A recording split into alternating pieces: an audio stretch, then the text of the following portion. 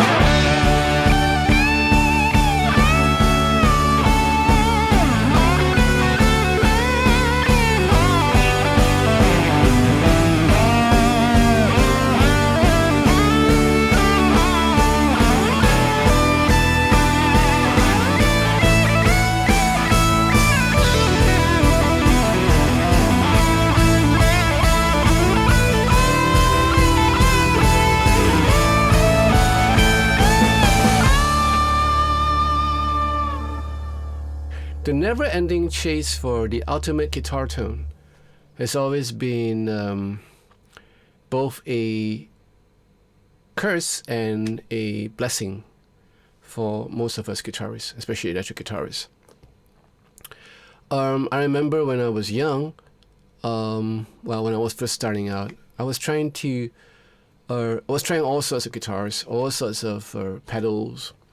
You know, I used to have like the Boss pedals, and I used to save up money, and then with the little gigs that I have, I'll go out and buy those Boss pedals and distortion pedals and delays and compressors and stuff like that.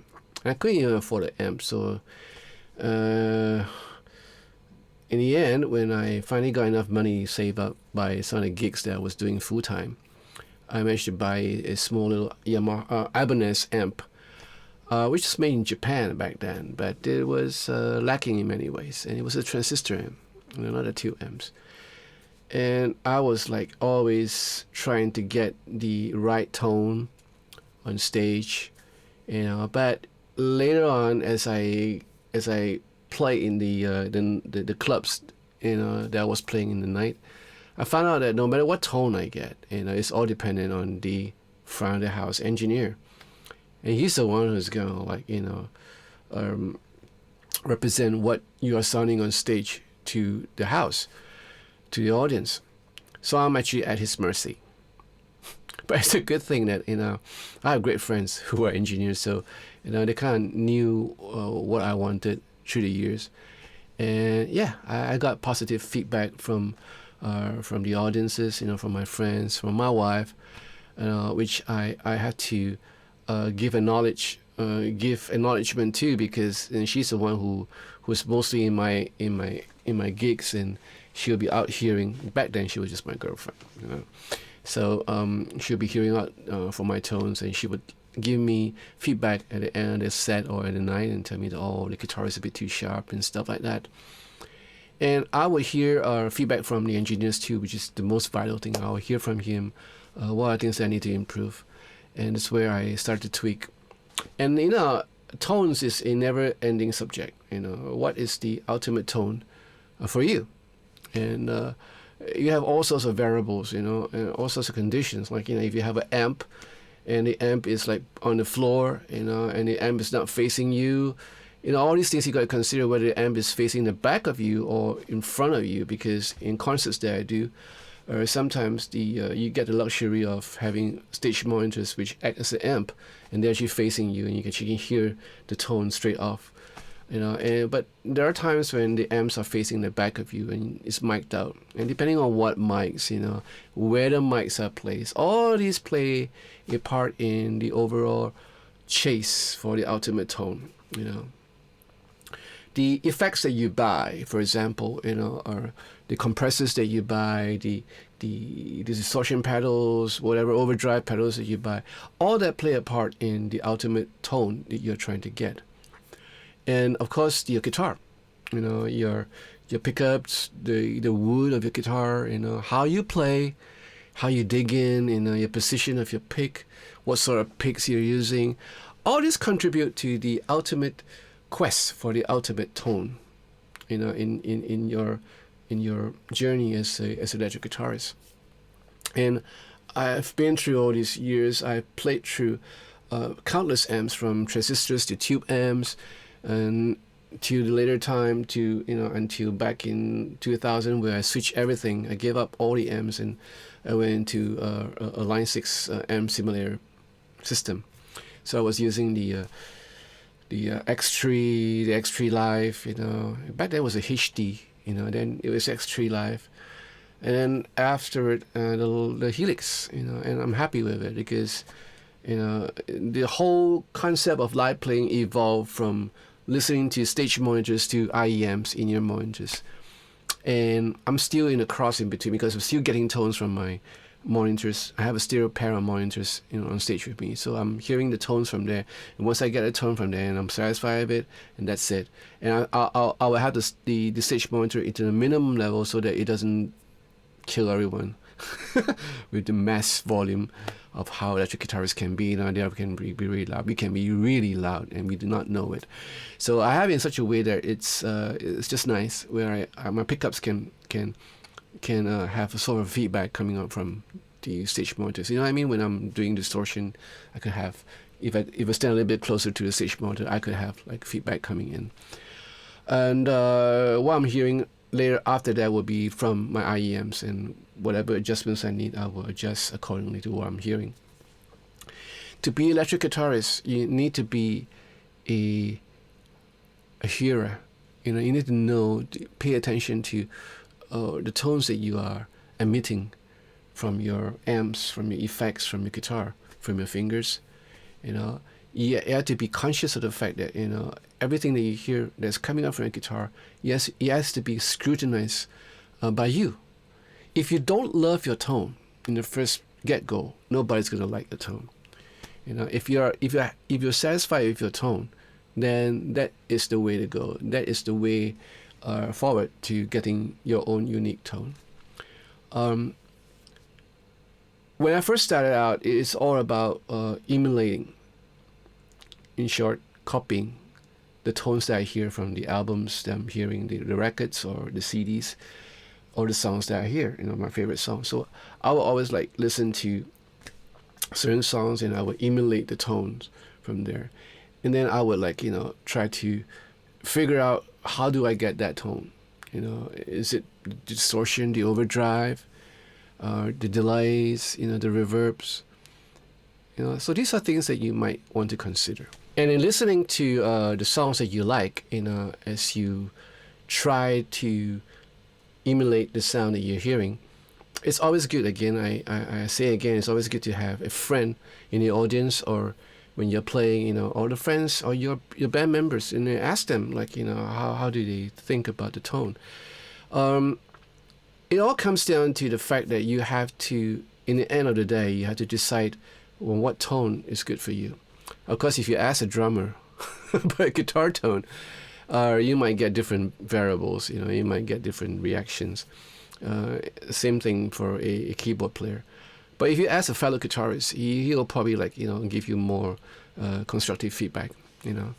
So depend on people around you to know what are they hearing in the audience and what you're hearing, and compare them and try to get a compromise, or not compromise. Try to meet each other halfway, so that if you're hearing from, if your amp is at the back of you and you're playing and you thought that it's nice, the tone is just nice, but then out in the front of the house it's very sharp. Why? Because the amp is below you and it's not facing up to you. Even if it's facing up to you, it's facing in the back of your ear, so you're not hearing the full frequency response. Whereas if you have your amp facing up towards you, then you know that, okay, it's really sharp. So this is how you kind of like get around, getting the right tone on stage. As far as recording is concerned, it's a no-brainer, because it's not much of a problem, because you're hearing the monitor speakers in front of you, or you're having a pair of headphones, so you can safely judge the tone of the guitar with that, with what you have. The other part of the tone shaping is the way you play. The picks are important. The thickness of the pick. How you play with the picks. How you angle it. All this plays a part in tones, as well as how you use a slightly softer pick. A thinner pick for strumming. So when you're alternating between rhythm and solo, you need to find a right the right pick. Not too thin, not too thick. So that you can actually do strumming rhythm, and then use it. It's hard enough and it's thick enough for solo work. So, or if you're gonna play like rock all the time, then go for a heavy pick, because you can dig in all the power chords and all that, and you still have enough thickness to do solo. But if you're playing in a pop band where there's a whole lot of funk stuff going, or nice rhythm parts going, then you might want to consider getting a balanced pick in that sense. So I hope you understand what I'm talking about. It's a very subjective thing when you talk about tones. Again, one man's meat is another man's poison. So what you hear is okay, and the other person might not think that it's okay, but it don't matter. Ultimately, you are the player, so you have to be the judge of what sounds good and what doesn't sound good. And you have different players all around in the industry, where everybody sounds different, because they have a concept of what they want to sound like. Listen to Jeff Beck as opposed to David Gilmour, as opposed to Steve Lukather, as opposed to Michael Landau, and you can understand what I'm trying to say. All of them have a concept of what they want to sound like. So I advise you to go for that and strive to get a tone of your own. Don't copy patches. Don't get patches from someone. I mean, you can copy the patches to help you to start off, but in the end, you cannot sound like Steve Lukather or sound like Eddie Van Halen, because your playing style will be different from him. So be aware of that, and don't go buying stuff that will make you sound like someone else. You want to buy a pickup set, for example, EMG pickup sets, like you have the David Gilmour set, or the Steve Lukather set, the EMG set, and you're thinking that when I buy these pickups I will sound like him. No, it's not going to work that way, because the way you play will be different from Steve Lukather, right? So something to take note of. So I hope that you will find joy, above all, joy in chasing that ultimate tone.